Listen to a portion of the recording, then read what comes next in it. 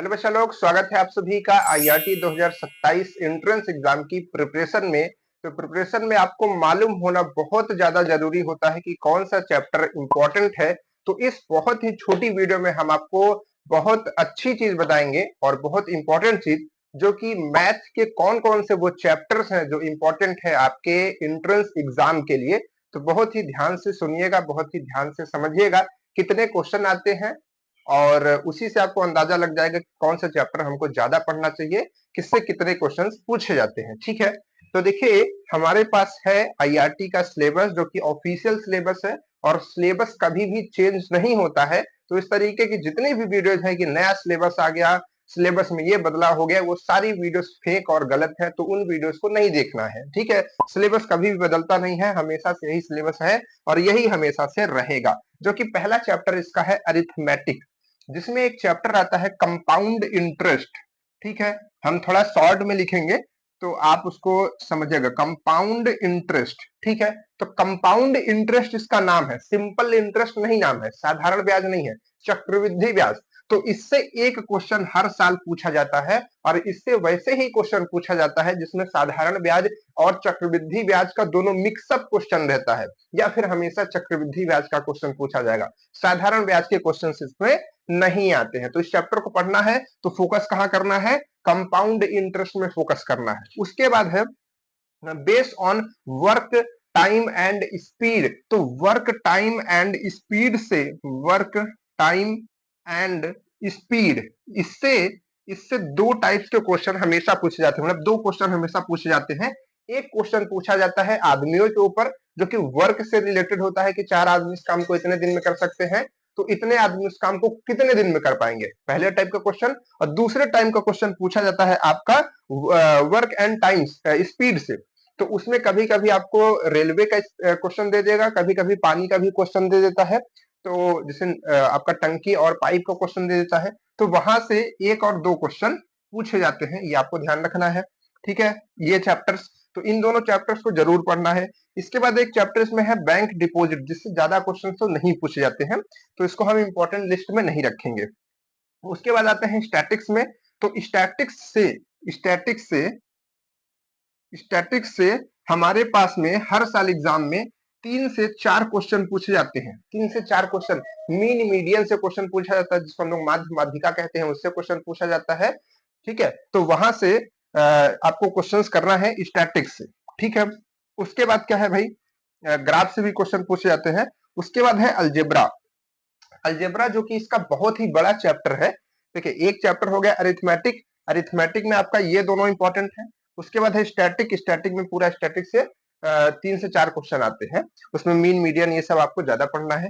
उसके बाद आता है एक चैप्टर है अलजेब्रा। तो अलजेब्रा में क्या पूछा जाता है, तो अलजेब्रा में देखिए बहुत सारे चैप्टर है, जो कि बड़ा, सबसे बड़ी यूनिट है आईआरटी के सिलेबस का, है ना, एंट्रेंस का।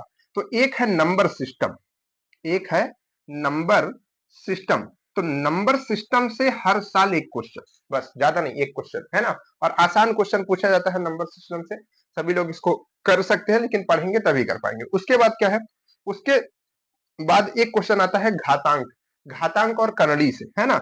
घातांक और करड़ी से, जिसको हम लोग क्या कहते हैं भाई, इंग्लिश में क्या कहते हैं, घातांक करड़ी को इंडिसेस कहते हैं, इंडिसेस एंड सर्ट्स, है ना। तो इससे एक क्वेश्चन, ज्यादा नहीं पूछा जाएगा, बस एक ही क्वेश्चन। उसके बाद है लॉग। तो लॉग से कभी किसी साल क्वेश्चन पूछा जाता है और किसी साल नहीं भी आता है, लेकिन ये भी इंपॉर्टेंट लिस्ट में रखा जाएगा। तो लॉग से क्वेश्चन मान लीजिए। ठीक है, और इसके बाद ये है आपका एलसीएम और एचसीएफ, जो कि बहुत इंपॉर्टेंट टॉपिक है। ये 3 हो गए और इधर लिखते हैं। उसके बाद है एलसीएम और एचसीएफ, एलसीएम और एचसीएफ, इससे हर साल क्वेश्चन पूछा जाता है, हर साल एक क्वेश्चन, हर साल, है ना।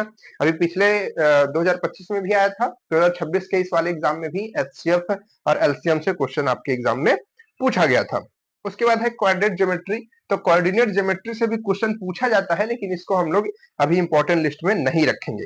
एक यहाँ पर हमारे पास में टॉपिक है कि रेशियो, जो हमारा एंगल होता है, ट्रेंगल होता है, उसके रेशियो ऑफ एंगल से, तो रेशियो ऑफ एंगल से क्वेश्चन पूछा जाता है। Ratio of angle, ratio of angle से क्वेश्चन पूछा जाता है, या फिर आप सीधे सीधे इसको इसको काट करके आप सीधे ये कह सकते हैं कि जो बेस एंड हाइट से क्वेश्चन पूछा जाता है, बेस एंड हाइट, जो आप ऊंचाई और आधार का क्वेश्चन पढ़ते हैं, जिसमें आपके पास में इस तरीके से क्वेश्चन पूछा जाता है कि मान लीजिए कि ये 5 है, ये थीटा है, तो ये कितना होगा, इस तरीके से क्वेश्चन पूछा जाता है। तो एक क्वेश्चन आपका ये हो गया ट्रायंगल से जो पूछा जाता है, ठीक है, ऊंचाई और दूरी जिसको कहते हैं, तो ऊंचाई और दूरी से क्वेश्चन पूछा जाता है। और उसके बाद एक क्वेश्चन सेट से पूछा जाता है। सेट ऐसा चैप्टर है जिससे क्वेश्चन आना ही आना है। सेट यानी कि समुच्चय से क्वेश्चन पूछा जाता है। और मैपिंग एक होता है जिसको हम लोग फंक्शन और मैपिंग होता है, तो उससे कभी कभी क्वेश्चन आता है, लेकिन हर साल नहीं आता है ना, लेकिन एक क्वेश्चन जरूर आता है उससे भी। तो सेट आपको पढ़ना है और उसके साथ साथ मैपिंग पढ़नी है। क्या पढ़ना है? मैपिंग, है ना। मैपिंग में जैसे 1-1 पढ़ना है, ऑन टू पढ़ना है, जिसको हम लोग हिंदी में आच्छादक कहते हैं, एकाकी कहते हैं, बहु एकाकी कहते हैं। तो ये सब आपके एक क्वेश्चन लेकर के आते हैं, यहाँ से पूछा जाता है। ट्रिग्नोमेट्री, ये यूनिट खत्म हो गई। उसके बाद यूनिट आती है ट्रिग्नोमेट्री। ट्रिग्नोमेट्री, देखिए जल्दी इसलिए लिख रहे हैं बस आपको समझाने के लिए, क्योंकि छोटी वीडियो बनानी है ना, बहुत ज्यादा आपका समय नहीं लेना है। तो इससे लगभग 4 क्वेश्चन, ट्रिग्नोमेट्री से 4 क्वेश्चन। और कैसे क्वेश्चन आते हैं? वैसे ही क्वेश्चन आते हैं जो किसी एग्जाम में है, आपके एनसीईआरटी से भी, जो आपके क्लास 10th के स्टैंडर्ड की बुक है, 9th के स्टैंडर्ड की बुक है, जिसमें आपने ट्रिग्नोमेट्री के बहुत सारे फॉर्मूले पढ़े होंगे या फिर प्रूविंग पढ़ा होगा, तो उन सबसे क्वेश्चंस पूछ ले जाते हैं ट्रिग्नोमेट्री के अंदर में, ठीक है। तो ये हो गया आपका ट्रिग्नोमेट्री से क्वेश्चन। इसके बाद एक आता है चैप्टर, मतलब नेक्स्ट यूनिट, जियोमेट्री। तो जियोमेट्री में 2 टॉपिक्स है। एक है आपका पाइथागोरस थ्योरम। तो पाइथागोरस थ्योरम से एक क्वेश्चन, पाइथागोरस थ्योरम से एक क्वेश्चन, ठीक है, पाइथागोरस थ्योरम से एक क्वेश्चन। और उसके बाद एक यूनिट होती है circle. Circle is a most important chapter. तो इससे आप 2 क्वेश्चन मान लीजिए और इसको एकदम इंपॉर्टेंट समझ लीजिए कि इससे 2 क्वेश्चन पूछा ही जाएगा। और बहुत बेहतरीन तरीके से इससे क्वेश्चन पूछे जाते हैं। इसके जितने भी प्रॉपर्टी होती है, सर्कल की प्रॉपर्टीज होती हैं ज्योमेट्री के अंदर में, उनसे क्वेश्चन पूछा जाता है, ठीक है। उसके बाद क्या है भाई? सर्कल से क्वेश्चन हो गया। इसके बाद आता है मेंसुरेशन। मेंसुरेशन ऐसा टॉपिक है जिससे हर एक एग्जाम में क्वेश्चन तो पूछा ही जाता है भाई, मतलब आईआरटी की बात करें या फिर किसी भी एग्जाम की। तो मेंसुरेशन में ज्यादातर जो क्वेश्चन पूछता है वो यहाँ पर 3D से ही क्वेश्चन पूछता है ना। 2D से कोई क्वेश्चन नहीं आएगा, 3D से क्वेश्चन आएगा। और 3D में भी ज्यादातर क्वेश्चन जो होते हैं, एक आपके स्फेयर का होता है, स्फेयर का होता है, और एक आपका कोन का होता है। एक आपका कोन का मतलब कि गोले का होता है, और आपके शंकु का होता है, ठीक है। तो इनके ज्यादा क्वेश्चन पूछे जाते हैं। और कभी कभी घन का भी क्वेश्चन आता है, यानी कि क्यूब का क्वेश्चन। तो ज्यादातर इन टॉपिक से क्वेश्चन आते हैं मेंसुरेशन के अंदर में। उसके बाद आता है कोऑर्डिनेट ज्योमेट्री, है ना। तो कोऑर्डिनेट ज्योमेट्री से क्वेश्चन आते हैं। कोऑर्डिनेट ज्योमेट्री से लगभग 2 क्वेश्चन। कैसे क्वेश्चन आते हैं भाई कोऑर्डिनेट ज्योमेट्री से? ज्यादातर कोऑर्डिनेट ज्योमेट्री से क्वेश्चन आते हैं कि एक बिंदु यहाँ पर है, एक बिंदु यहाँ है, इसके बीच की दूरी क्या होगी।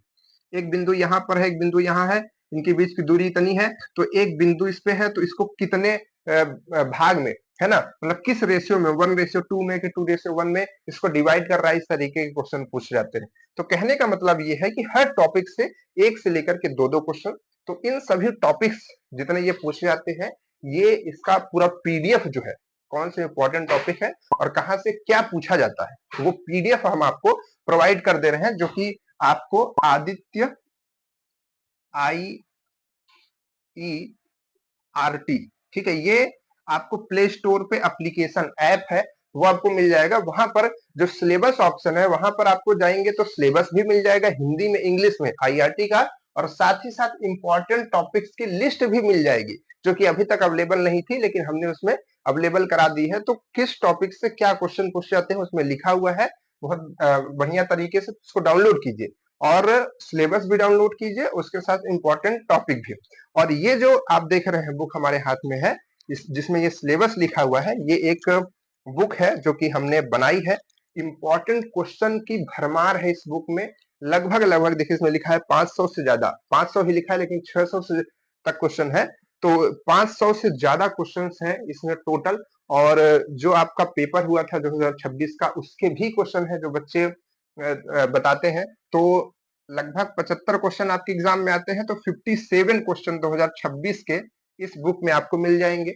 2025 के क्वेश्चन मिल जाएंगे, 2024 के क्वेश्चन मिल जाएंगे, उसके अलावा 5 मॉडल पेपर। यानी कि पूरी तरीके से ये जो बुक है आपके लिए इंपॉर्टेंट क्वेश्चन की भरमार है, और इसमें फिजिक्स, केमिस्ट्री, मैथ पूरा है। जिस तरीके से आपका पेपर बनता है वैसा है, और साथ ही साथ ओएमआर सीट में भी है ना। तो ये बुक आपको दो तरीके से मिल जाएगी। एक, आपको जो एप्लीकेशन हमने बताया, ये इसी में ई बुक का ऑप्शन होता है। ई बुक का मतलब होता है इलेक्ट्रॉनिक बुक, यानी कि वो आपके घर पे नहीं पहुंचेगी, पीडीएफ के फॉर्मेट में, पीडीएफ के फॉर्मेट में अगर आप परचेस करेंगे तो आपको मिलेगी। अगर आप इसको 20 अगस्त से पहले 20 अगस्त से पहले परचेस करते हैं और इसमें कूपन कोड यूज करते हैं इंडिया, INDI, सॉरी यहाँ पर कैपिटल में ही सब कुछ लिखना है, इंडिया 40, तो जो बुक 99 रुपीज की है वो आपको 59 रुपीज में मिल जाएगी, अगर आप 20 अगस्त से पहले परचेस करते हैं तो।